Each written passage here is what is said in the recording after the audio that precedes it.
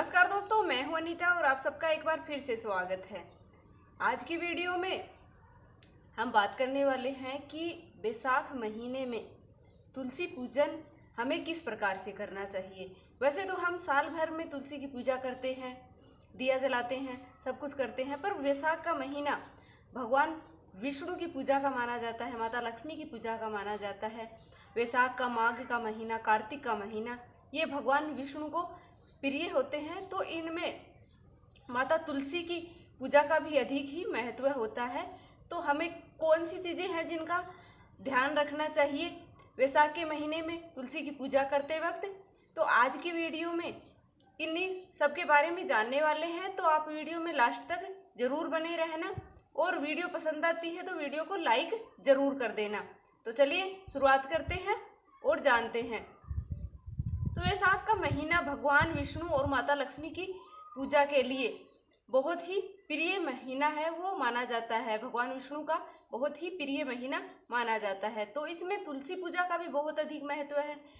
तो हम जैसे रोज पूजा करते हैं वो तो हमारा होता ही है, पर तुलसी पूजा के लिए हम सूर्य उदय से पहले ही हमें उठकर आप स्नान ध्यान से निवृत्त होकर और आपको सूर्य देव को पहले जल अर्पित करना है और उसके बाद माता तुलसी जी को जल है वो अर्पित करना चाहिए। अगर आपके आसपास कोई नदी तालाब है तो उसमें आपको स्नान वैसाख के महीने में अवश्य ही करना चाहिए। और अगर आपके आसपास कोई नदी तालाब नहीं है तो आप घर में भी जो नहाने का पानी होता है उसमें गंगा जल की 2 बूंदें डालकर भी आप स्नान है वो वैसाख के महीने में कर सकते हैं। यह भी पुण्य फलदायी होता है। तो वैसाख के महीने में जलदान का और स्नान का बहुत ही अधिक महत्व है। तो अगर हो सके तो आप पूरे महीने वैसाख के आप नहा सकते हैं। वैसे विधि विधान से भी वैसाख का महीना है वो नहाया जाता है।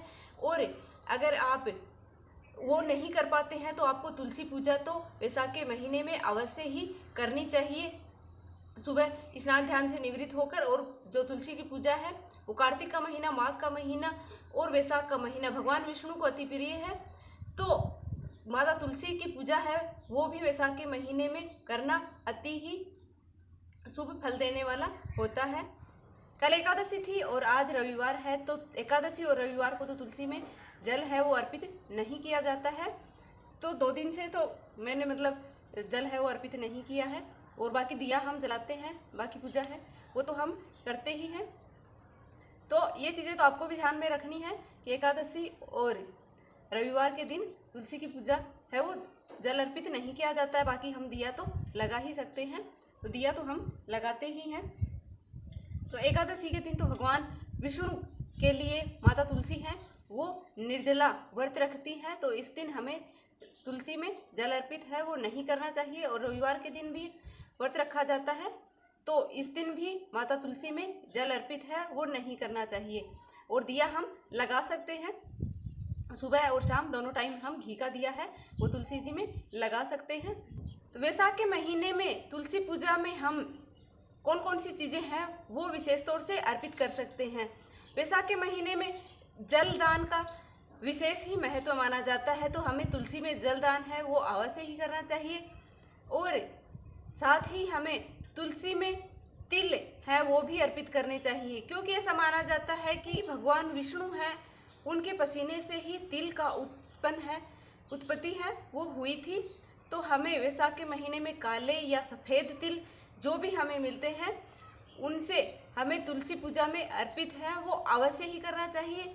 और वैसाख के महीने में हम हल्दी या फिर चंदन से तिलक है, क्योंकि इस महीने में गर्मी का मौसम होता है तो चंदन है वो ठंड प्रदान करने वाला होता है। तो हमें तुलसी पूजा में उसका तिलक भी अवश्य ही करना चाहिए।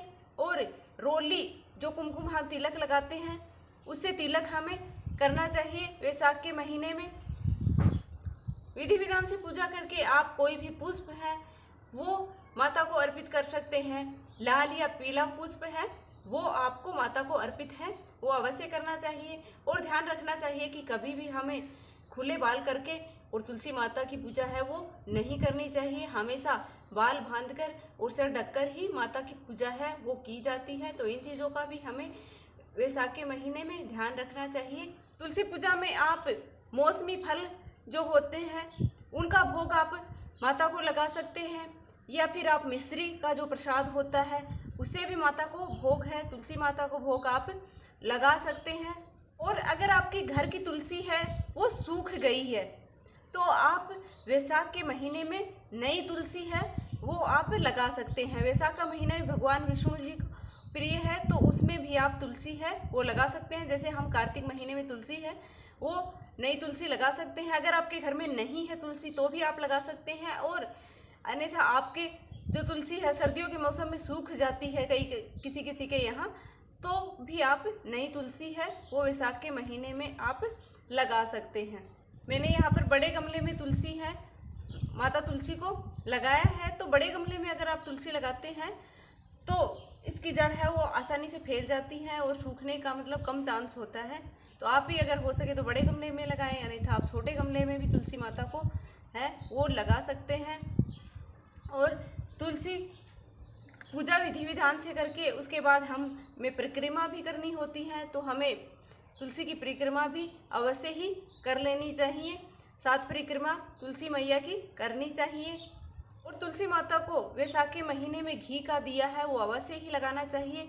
दोनों टाइम आप सुबह और शाम के वक्त दोनों टाइम आपको घी का दिया है वो लगाना चाहिए। अगर आप साल भर में नहीं भी लगा पाते हैं तो आप वैशाख, माघ का महीना और कार्तिक का महीना है इनमें आपको तुलसी में घी का दिया है वो दोनों टाइम अवश्य ही लगाना चाहिए। यह भी बहुत ही शुभ फल देने वाला होता है। ऐसे ही पूरे वैशाख के महीने माता तुलसी की पूजा करके और आप वैशाख स्नान का है वो पुण्य फल प्राप्त कर सकते हैं। तो आप घर में भी अपने जो माता तुलसी है उनको, अगर आपके घर में नहीं है तुलसी माता का पौधा तो आप ले आए, अन्यथा आपके घर में है जिनकी आप हमेशा पूजा करते हैं तो उसी की पूजा आप करके आप वैशाख के महीने में करके पुण्य फल की प्राप्ति है वो कर सकते हैं। उम्मीद करती हूँ कि आज की वीडियो आपको पसंद आई होगी, और वीडियो पसंद आई है तो प्लीज़ वीडियो को लाइक करके, और चैनल पर नए हो तो चैनल को सब्सक्राइब अवश्य कर लेना, ताकि आगे भी ऐसी ही यूजफुल वीडियो है वो आपको सबसे पहले मिले। तो मिलते हैं एक और वीडियो के साथ, तब तक के लिए धन्यवाद। जय तुलसी मैया, जय माता लक्ष्मी, जय भगवान विष्णु।